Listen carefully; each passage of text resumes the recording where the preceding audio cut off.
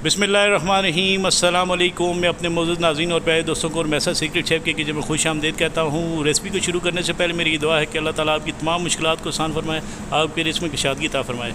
आज मैं अपने प्यारे नाज़रीन के साथ शादियों में बनने वाले असली चिकन बादामी कौरमा की रेसिपी को शेयर करूँगा और इसमें खुशबू और मज़ेदार टेस्ट कैसे बनाया जाता है ये बात भी मैं आपसे शेयर करूँगा। तो चले शुरू करते हैं इस रेसिपी को। बिस्मिल्लाहिर्रहमानिर्रहीम। ये मेरे पास 1000 ग्राम के बराबर चिकन है, यानी 1 किलो के बराबर ये मेरे पास चिकन है। आपने इसको कौरमा कटिंग काट लेना है। कौरमा कटिंग जो है वो 1/8 चिकन की होती है, यानी एक चिकन के आपने 8 पीस बना लेने हैं। और आपने इस तरह गर्दन की हड्डी निकाल लेनी है। इसके बाद आपने इसके ब्रेस्ट को 2 हिस्से कर लेने हैं, ब्रेस्ट पीस के, और ये 2 हिस्से कर लिए हैं। आपने एक ब्रेस्ट पीस के जो है तकरीबन 2 पीस बना लेने हैं इस तरह। तो इस तरह चिकन कौरमा की कटिंग जो है तकरीबन 1/8 होगी, यानी एक मुर्गी के 8 पीस बनाने हैं आपने।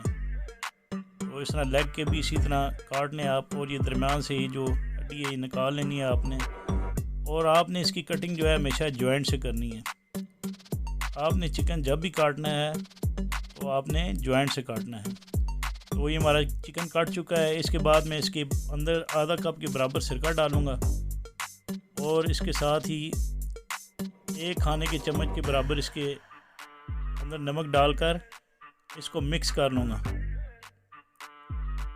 इस तरह मिक्स कर लेना है। मिक्स करने के बाद आपने इसको कवर लगाकर तकरीबन 10 से 15 मिनट तक रख लेना है।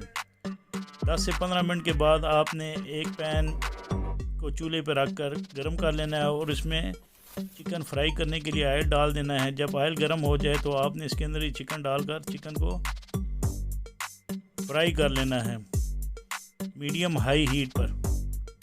तो ये चिकन फ्राई हो चुका है।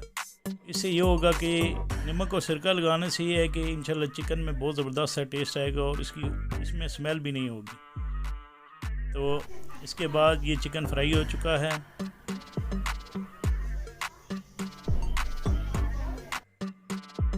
तो एक पैन में मैं तकरीबन आधा कप के बराबर ऑयल डालूँगा।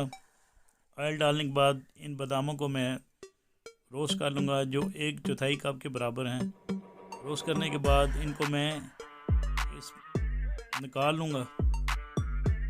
इसके बाद मैंने सब्ज़ इलायची, लौंग और दालचीनी जो है वो इसके अंदर डालकर थोड़ा सा फ्राई कर लिए। फ्राई करने के बाद आपने इसके अंदर 1.5 कप के बराबर जो है वो प्याज डाल देना है। प्याज को आपने अच्छे तरीके से सौते कर लेना है और ये बादाम 2 खाने के चम्मच के बराबर आपने इसके अंदर डाल देने हैं।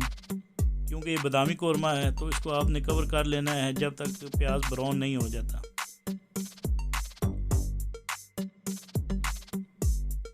ये देखें प्याज ब्राउन हो चुका है। अब मैं इसमें 1 खाने के चम्मच के बराबर अदरक लहसुन का पेस्ट डालूंगा और इसके साथ ही हल्दी 1 चाय के चम्मच के बराबर इसके अंदर डाल दूंगा। और ये लाल मिर्चें आधा खाने के चम्मच के बराबर ये मैं इसके अंदर डालूंगा। और इसके साथ ही मैं इसके अंदर ये ज़ीरा जो है आधा खाने का चम्मच डालकर इसमें नमक डाल दूंगा, ये भी आधा खाने के चम्मच के बराबर डालकर इनको मैं थोड़ा सा मिक्स कर लूँगा। मिक्स करने के बाद आपने इसको टमाटर डालकर तकरीबन 1 कप के बराबर स्लाइस टमाटर आपने इसके अंदर डालकर इसको आपने थोड़ी देर के लिए कवर लगाकर दम पे रख देना है ताकि टमाटर जो हैं वो गल जाएं। ये कवर लगा लेना है और इसके बाद 5 से 10 मिनट के बाद आपने कवर उठाकर दोबारा इस मसाले की बुनाई करनी है और चूल्हे की फ्लेम को बंद कर देना है आपने। और इसके बाद 3/4 कप के बराबर आपने इसके अंदर दही डाल देना है। दही डालने के बाद आपने इसको अच्छे तरीके से मिक्स कर लेना है। मिक्स करने के बाद जब ये ठंडा हो जाए तो आपने एक ग्राइंडर मशीन ले लेनी है।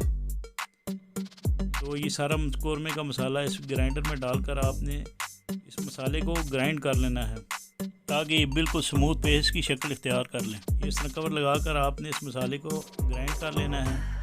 और ये देखें माशाल्लाह ये मसाला ग्राइंड हो चुका है। इसके बाद में एक बर्तन में आपने